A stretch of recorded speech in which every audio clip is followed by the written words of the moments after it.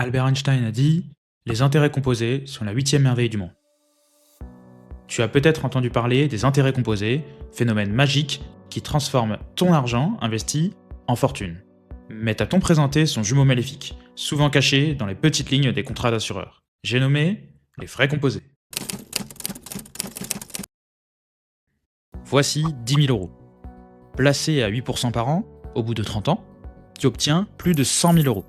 Magnifique! Les intérêts, donc les gains générés pendant un an, vont faire des petits et eux-mêmes générer de nouveaux gains. Cet effet boule de neige augmente de manière exponentielle avec le temps. Mais, si chaque année, ta banque ou ton assureur t'a proposé seulement 2% de frais, ce ne sont pas 2% de tes 100 000 euros qui disparaissent. Ce sont des dizaines de milliers d'euros. En reprenant l'exemple de tout à l'heure, sur les 100 000 euros générés sur 30 ans, les petits 2% de frais annuels vont finalement représenter 40% de ta plus-value, soit 40 000 euros.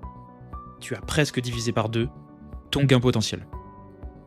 Si les intérêts composés ont l'avantage de grandir avec le temps et de travailler à ta place, les frais composés ont les mêmes qualités, ou plutôt les mêmes défauts.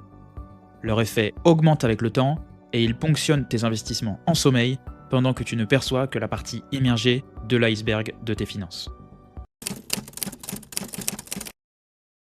En m'entendant parler, tu as peut-être reconnu des cousins des frais composés.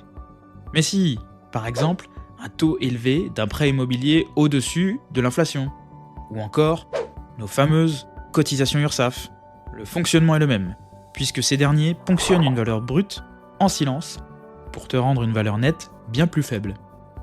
Ces passages sont obligatoires, mais rassure-toi, ce n'est pas le revenu brut qui compte, ce n'est pas ce qu'on te fait miroiter, mais bien le rendement après frais. Et ça tombe bien, que ce soit pour les frais de gestion de tes contrats ou encore mieux, pour limiter les frottements de tes cotisations et de tes impôts, tu peux choisir.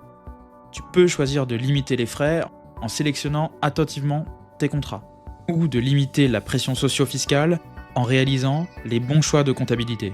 Pour ces derniers, des choix éclairés font toute la différence. Si obtenir certaines astuces t'intéresse, tu peux m'en faire part en commentaire. Comme d'habitude, si tu penses à un proche qui se fait avoir sur les frais, partage-lui la vidéo. C'est grâce à toi que tout mon travail prend du sens. Je t'en remercie. Prends soin de toi et surtout, prends soin de tes finances. C'était Karl Delibert.